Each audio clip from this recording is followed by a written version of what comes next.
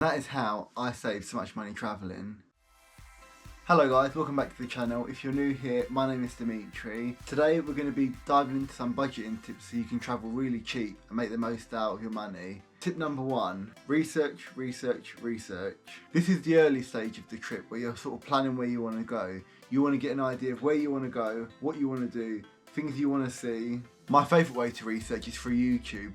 What I'll normally do is put a YouTube video on with a vlog or a guide, and I'll have my Google Maps open ready to put the little pins down, so no matter where I go I can always refer back to my pins and have like cool little things to do based off research I've done previously. It's hard sometimes, but I'd also recommend booking early if you can. You can get some really good deals, but on the other side you can also get some great last minute deals, so it's worth having a look to see if you can get it cheaper. And the great thing with research is as you're looking at what you want to do, where you want to go, you can sort of have a look at the prices, so before you even get there you have a rough idea how much money you're going to be spending. That leads us nicely onto our second topic, your budget.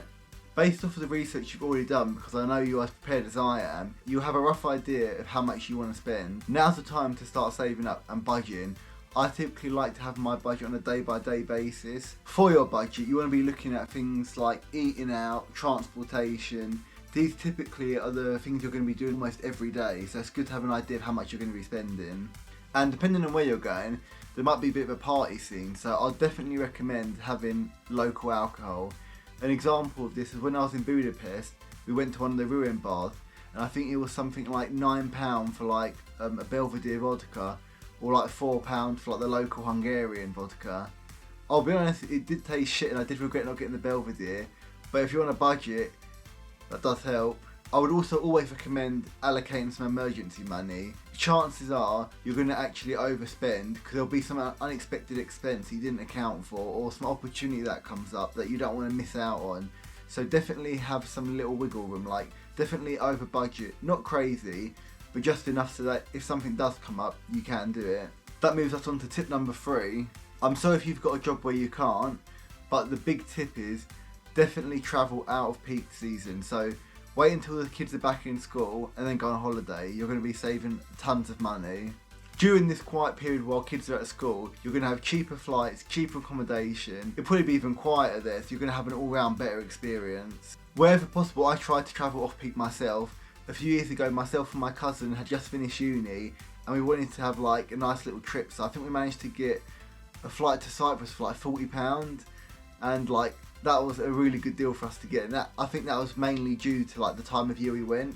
It was sort of before it was busy in Cyprus, but when it was starting to warm up. The timing your flight right can save you a lot of money. Tip number 4, drop the ego.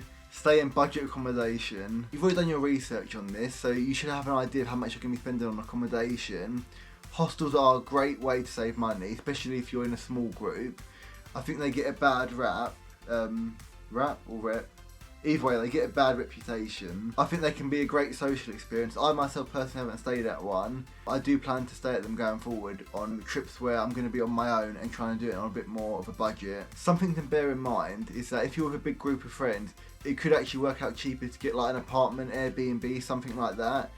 When I go away with my main group of friends, it typically works out not much more to get an apartment, so we're all happy to sort of spend a small amount extra to share an apartment together. And a golden nugget for this tip is, if you can, definitely stay with friends and family. The only thing better than cheap accommodation is free accommodation. I should get a bumper sticker made for that. Tip number 5, don't be lazy. The cheapest mode of transportation is walking, so if you can walk it, walk it. Walking is great exercise, so you can stay fit while travelling, which is a bonus. But also it's a great opportunity for you to sort of see like the city you're in. When you're in like an Uber or like a taxi, you don't really get to appreciate, but I think actually walking it like a local is a really good experience. On my final day when I was in Brussels, the group wanted to get a taxi home, but I wanted to walk home, so you sort of find the balance. If for whatever reason you can't walk, or it's a bit too far, or you've had like a wicked night and you're doing the walk of shame in like uncomfortable shoes, try and opt for public transport, because although that's not going to be free like walking is, it will definitely be cheaper. Tip number 6, eat like a local. If you can, try and get off the main streets where the tourist traps are and sort of go down the more side roads. You'll be spending a lot less money for more traditional food. If you want to take it to the extreme like I did, when I graduated I had no money, so in that trip to Cyprus I went on shortly afterwards, I lived off of ready salted crisps, and I've lived to tell the tale, so if I can do it, you can too. Tip number 7, limit your expensive activities. I know what you're thinking, you want to like be going all out, and listen, I'm like the biggest advocate for spending your money on experiences that you're going to remember and have like a great time. But if you can sort of find the balance between cheap activities and expensive activities, your money will take you so much further. If you do an expensive activity, something extreme like a skydive for example, you can always sort of like counterbalance that by maybe the next day doing a cheaper activity such as like a walking tour, and you get that interaction with typically a local, which is nice, and they are just a really cheap and fun way to sort of explore and travel. Also, don't feel the need to spend more money. If you're travelling with a group of people who you either know really well or you've met along your travels and they want to do something expensive, don't be embarrassed or scared to sort of say like, I'm going to sit this one out. 8. Tip number 8. Technology is a gift, so make the use of it with like apps and websites. Some examples of great apps are Google Maps, so you can navigate new cities. You can actually download them so you can use them without even having an internet connection. You can use apps like Hostel World to get cheap hostels. I know for a fact that when you actually book through the app, you get discounts that you don't get on the website. If you can, try and be consistent with where you're booking your accommodation or just your activities in general. Me and my group of friends typically use one booking.com account so we can get the Genie points really high and then unlock discounts. So because we all use it and between us we spend quite a lot of money on it, occasionally now we can get like a free breakfast included, which is a bonus. Also, use your apps and websites to check reviews. I've been done dirty in the past with like accommodation not being as it should have been, and if I'd have read the reviews I would have known that before going. Tip number 9, pack wisely. I know some of you aren't going to like this, but ditch the suitcase and travel light. I've been on so many trips with a backpack as a personal item which is free, and I've been absolutely fine in terms of having like enough clothes and like all my stuff with me. Travel light to save money. If you're interested in some good backpacks, I've actually done 2 Cabin Max reviews on this channel already, so I'll pin these at the top here. Feel free to check them out. Last but not least, tip number 10, be flexible.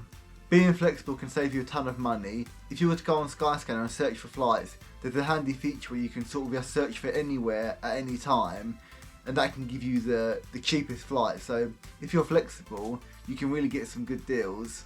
And also look out for some of like the travel agents with last minute deals. Back in the past, me and my friends done Menorca, I think for about a week, and it was £175 each, and that included breakfast, dinner, transfers, hotel. Given Thomas Cook did go bust like the day after we got back home, but still, look out for these last minute deals, they can be really beneficial to use. Thank you guys for watching these tips, I really do hope you guys can take something away from it. I'm by no means an expert traveller, but I plan to do some more travelling in the future, so you never know, I might review this video in a year's time and have some more relevant and up-to-date information for you. And just remember, travelling cheaply on a budget doesn't mean you're tight, it just means you're making your money go further for you. Thank you guys so much for watching another sit down video. I've got a few more travel videos coming up soon, so I've got Amsterdam and Ibiza planned, which is going to be wicked, so stay tuned for them on the early side of this year. But until then, I'll see you guys in the next one. I really hope you enjoyed it. Please leave a like and subscribe before you go. And I'll see you in the next one. See ya!